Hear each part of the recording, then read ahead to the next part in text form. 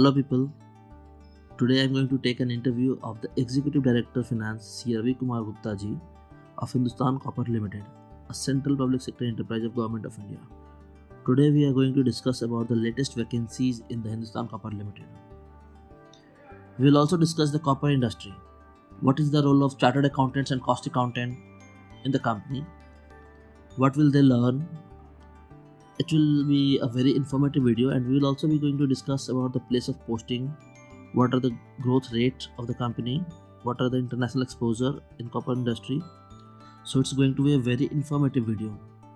In order to get timely update regarding the vacancies, you may subscribe the channel so that you are not left behind or you are not left unaware of the vacancies which you may get selected. So thank you very much. So let's start. Thank you very much, sir. Thanks a lot, sir. हमारे पास interview के लिए. Thanks a lot. Thank you very much. Good morning sir, thank you very much time देने के लिए sir. नमस्कार sir. नमस्कार.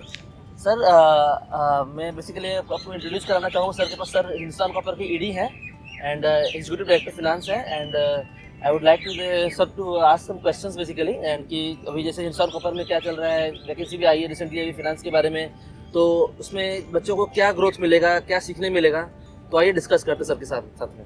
Sure. Sir मुझे बताइए सर हिंदुस्तान कॉपर के बारे में थोड़ा अपने करियर के बारे में बताइए सर एक बार पहले आप. So basically मैं cost accountant and chartered accountant तो हुई, तो यहाँ पे बहुत शुरुआत में ज्वाइन किया था right in the beginning and then finally growing throughout the lines and finally आज ईडी फाइनेंस बन गया हूँ कंपनी में. So I am in corporate office presently. Okay sir. अच्छा सर, आप मुझे सर ये बताइए कि हिंदुस्तान कॉपर कंपनी के बारे में थोड़ा बताइए सर आप. सो हिंदुस्तान कॉपर एक यूनिक कंपनी है, the only company which has got the copper mining lease in India. और बाकी हम लोग ही सबसे ज़्यादा माइनिंग करते हैं और किसी के पास लाइसेंस भी नहीं है to mine. And mining is a very difficult business and we are in this business for years together and company has been making good profits. आपने तो देखा होगा लास्ट 3-4 साल से लगातार हम 400 करोड़ प्लस प्रॉफिट कर रहे हैं and the company has been doing very good. It's a wonderful place to join.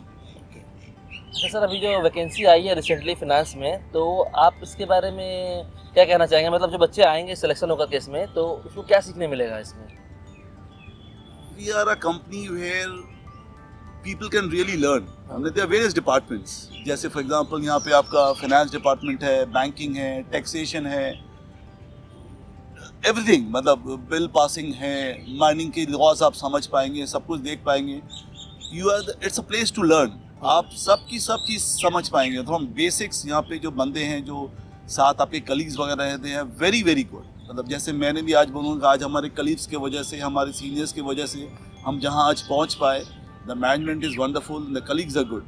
तो आप बेसिक्स भी समझ पाएंगे और आपकी ग्रोथ चार्ट भी बहुत अच्छी है कंपनी का. सर जैसे इसमें जो कुछ चार्टर्ड अकाउंटेंट आते हैं, तो मतलब प्राइसिंग, कॉपर की प्राइसिंग हो गई या कॉस्टिंग के बैकग्राउंड के लोग आते हैं, तो इसमें करियर में क्या बेनिफिट मिलेगा सर इसमें? और तो बेसिकली आप जब एक चार्टर्ड अकाउंटेंट लाते हैं, ह्यूज बैंकिंग बिजनेस है कंपनी के पास. कंपनी ग्रोथ पाथ के ऊपर है. कंपनी आज की तारीख में 4 मिलियन टन से 12 मिलियन टन जाने की प्लान कर रही है. काफ़ी हम आधे रास्ते आगे बढ़ गए हैं. तो आप फॉरेन करेंसी लोन्स लेते हैं, चार्टर्ड अकाउंटेंट का बहुत सारा उसमें काम है. आप इंडियन लोन्स लेते हैं, आप बेंच टू बेंचमार्क करते हैं लोन्स को, वो करते हैं. आप प्रोजेक्ट फाइनेंसिंग करते हैं, आप प्रोजेक्ट्स के बारे में पढ़ते हैं, उसकी प्रॉफिटेबिलिटी देखते हैं, आप कैसे बढ़ेंगे आगे, करना है प्रोजेक्ट, करना नहीं करना है, कैसे करना है, सप्लायर्स के साथ निगोशिएशन आप करते हैं.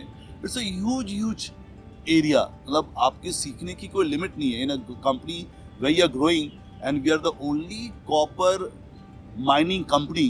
तो आपकी यूनिकनेस ही डिफरेंट है. मतलब आपकी अलग ही लेवल आपको एक सीखने को मिलता है और करने को मिलता है. तो एक चार्टर्ड अकाउंटेंट हो या कॉस्ट अकाउंटेंट हो, जहाँ पे आप कॉस्टिंग वगैरह भी देखते हैं, आप प्राइसिंग करते हैं प्रोडक्ट्स की, तो हर तरफ से लर्निंग प्रोसेस ही है. इस company is a wonderful place. तो मतलब सर बेसिकली जो कॉस्टिंग का भी, जैसे हम लोग कॉस्ट शीट वगैरह पढ़ते हैं, वो सब भी बनाते होंगे ये सब? एकदम सर. तो यहाँ पे अपनी कॉस्ट शीट बनती है राइट फ्रॉम बिगिनिंग. तो जब से आप और ब्लास्ट करते हैं, और मदर अर्थ में से 1% कॉपर ओर होता है. It's a unique product, less than 1%. आप सोचो उसको आपको 100% लेके जाना है.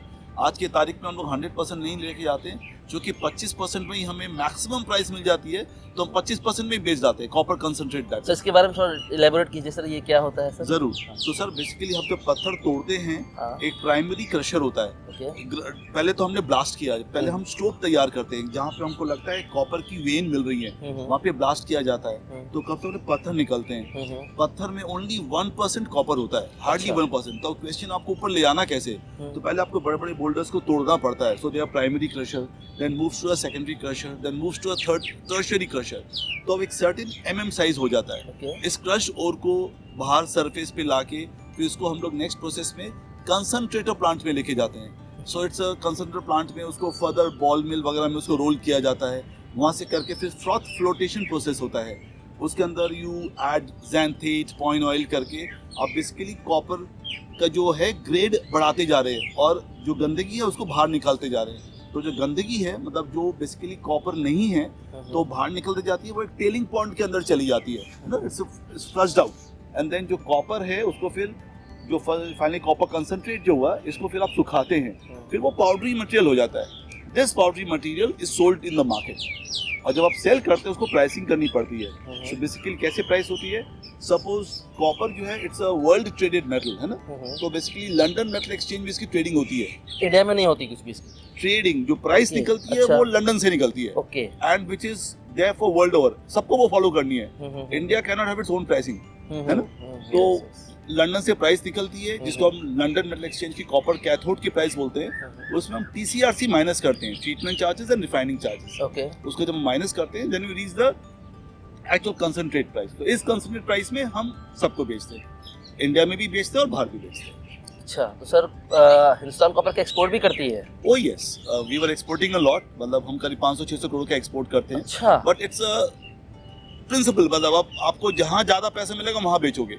तो ये this is pure dynamics. Government का कोई बाउंडेशन नहीं कि आपको इंडिया में ही बेचना है, ऐसा कुछ नहीं है। It's pure dynamics, pure dynamics. Dynamics decide करते हैं कि हमें कहाँ ज्यादा अच्छा प्राइस मिलेगा, वहाँ हम बेचेंगे, एंड वी डू दैट। अच्छा सर, अभी आपने जस्ट अभी जिक्र किया आपने कि प्राइसिंग के बारे में, कि कॉपर के प्राइसिंग ग्रेडिंग के बारे में आपने, सर ये ग्रेडिंग क्या है और कितने तरह का होता है सर ये? राइट। तो basically sir, as I just said, जो मदर अर्थ हमें देती है उसमें लेस देन 1% कॉपर होता है, बट पत्थर कोई खरीदता नहीं है। It's a huge transportation cost. तो आपको तो उसको आस्ते आस्ते, मतलब एक और चीज बता दूं before I forget about it, तो जब भी जो कॉपर पायराइट ओर होता है ना, उसके अंदर गोल्ड सिल्वर भी निकलता है। अच्छा, तो हम बेसिकली गोल्ड सिल्वर भी, हम जब कॉपर कंसंट्रेट बेचते हैं तो उसमें गोल्ड सिल्वर की प्राइस भी हम सप्लायर से ले लेते हैं। अच्छा, ऑल्दो हम निकालते नहीं है बाहर, क्योंकि जो हमारे जो खरीदते हैं उनके पास PMR प्लांट है, प्रेशियस मेटल रिकवरी प्लांट, उससे वो गोल्ड सिल्वर भी एक्सट्रैक्ट कर लेते हैं, फिर वो मार्केट में उसको बेचते हैं। और हम जब कॉपर कंसंट्रेट बेचते हैं, एज ए यू सेड की ग्रेड क्या होता है, तो कॉपर कंटेंट को ग्रेड बोलते हैं। अलग अलग माइंस में अलग अलग ग्रेड होती है। अब इंडिया में अभी भी we are blessed with good copper grade, in the sense अभी भी 0.7-0.8% ग्रेड मिल रहा है, और मलंजकन माइंस में तो 1% के ऊपर भी ग्रेड मिल रहा है। मगर places like Chile, they have gone down to a levels of 0.55%। तो कॉपर जो एक मेटल है, इट्स अ प्राइसी मटेरियल। मतलब if you ask about the price movement, I mean मुझे तो कॉपर प्राइस कभी नीचे दिखती नहीं है। I can only see the copper prices go up. I am not talking about the share price, that's a market determined thing, मैं उसकी बात कभी करूंगा भी नहीं। I am talking about the copper metal price, तो it's only up and up. Goldman सैक्स ने तो $15,000 पर टन का भी दिया हुआ है, जो कि आज 9,000 के चल रहा है। सो copper is copper, a unique metal. In fact एक अच्छी चीज बताना चाहूंगा कि कॉपर को हम लोग डॉक्टर कॉपर बोलते हैं। Why is it called doctor copper? It's a interesting thing. So यदि आप कभी भी देखिए, एक इकोनॉमी को यदि ग्रो करना है, विदाउट कॉपर आप आगे बढ़ ही नहीं सकते। इट्स द ओनली मेटल जिसकी conductivity is the best, nobody can disturb that, you know. Transformers, electrical industry, EV industry, everywhere copper is the metal to be used. So basically यदि किसी economy में आप जहाँ देखें कि कॉपर की demand बढ़ती जा रही है, आप समझ जाओ कि जैसे ही कॉपर बढ़ता है और वो इंडस्ट्री बढ़ रही है, all other metal start following. So उसको डॉक्टर कॉपर बोलते हैं। So once copper prices in the economy start increasing internationally, आप समझ जाओ बाकी सारे मेटल्स की प्राइस इंक्रीज होने वाली है वर्ल्ड में। So it's called doctor copper. हाँ सर, तो जैसे बता रहे थे आपको, चिली वगैरह में जो कॉपर ग्रेड्स हैं काफी फॉल कर गई हैं, मतलब एट 0.45%, 0.55% काफी नीचे आ गई हैं। And the cost are going up like anything. मतलब वहाँ पे तो चिली की जो माइंस हैं, लोगों को 10-10 किलोमीटर पानी ऊपर ले जाना पड़ रहा है to refine that metal. So that way India is quite blessed. मतलब percentage of copper in India is very low compared to the world. Very very low. Hardly 0.3-0.5% of the world copper reserves. That's different. मगर हम blessed हैं to have a better grade. So grade world over is falling. तो हमारे यहाँ तो एक grade cut off है जिसके नीचे माइन नहीं करते. बट कॉपर प्राइसेस यदि ऊपर चली जाती है तो वो कट ऑफ ग्रेड भी हम माइन भी कर पाएंगे. नो मतलब कॉपर कंटेंट आप जितना निकाल पाओगे यदि वो आपके कॉस्ट में आती है तो बनता है. तो जो कॉपर माइंस हमने बंद कर दी थी वो भी हम खोल रहे हैं क्योंकि आज वो प्रॉफिटेबल हो गई हैं. सो दैट वे तो उसकी मैं बात कर रहा हूँ. तो कितने माइन से सर अभी हमारे हिंदुस्तान कॉपर? तो सर बेसिकली हमारी जो फ्लैगशिप माइन है वो मालंचकंद की है. मध्य प्रदेश में जो माइन है वो बालाघाट डिस्ट्रिक्ट में है. तो वो ओपन कास्ट थी. अब हम अंदर चले गए हैं. अंडरग्राउंड में लेवल पे लेवल खुल रहे हैं सर. वर्ल्ड ओवर को पता है कि the company it was a great achievement by the company कि एक वर्किंग ओपन कास्ट माइन को आप अंडरग्राउंड में कन्वर्ट कर देते हैं और आपको प्रोडक्शन फॉल नहीं होता. मतलब ह्यूज अचीवमेंट है वैसे, है ना. ओपन कास्ट अंडरग्राउंड चले जाना, फिर अंदर भी खुलते चले जाना और आप ब्लास्ट करके माल भी निकाल रहे हैं. एंड वहीं पे मेन एक्सपेंशन हमारा चल रहा है. So then we have the Khetri mines, Khetri group of mines, जहाँ पे खेतरी कोलिहान बनवास माइंस हैं. वहाँ पे अंडरग्राउंड माइनिंग हो रही है. वो भी चालू है already. So that is moving. The third mine is at Surda. तो सूरदा का परमिशन मिल गया है. वहाँ पे माइनिंग चालू हो गई है. सूरदा सर झारखंड स्टेट में, तो घाटशिला में है. तो वो भी चालू हो गए. So basically 3 sets of mines. Sir अभी जो वैकेंसी निकली है हिंदुस्तान कॉपर लिमिटेड में, तो ये जो रिक्रूटमेंट होगी माइंस में भी जाएंगे लोग इसमें या ऑफिस में बैठेंगे लोग? सर जैसे मैंने अभी आपको बताया कि ये एक HR डिपार्टमेंट डिसाइड करता है based on actual requirement of people at various locations. But generally कैसा पोस्टिंग होता है सर? सब कुछ होती है. मतलब ऑफिस में भी होती है, माइंस में भी होती है. माइंस में भी सारी फैसिलिटीज वगैरह होती है. वहाँ पर भी अपने रहने के घर वगैरह दिए जाते हैं. क्या प्रॉब्लम होता है? रहने का ही प्रॉब्लम होता है? रहने का कोई दिक्कत नहीं होगा sir. There is a township involved. एक टाउनशिप भी है. एलोकेशन ऑफ क्वार्टर्स भी होते हैं. पावर वगैरह सारी फैसिलिटीज हैं. कैंटीन फैसिलिटीज हैं. आपके मार्केट्स वगैरह हैं. It's a township. मतलब it's a home where you can stay.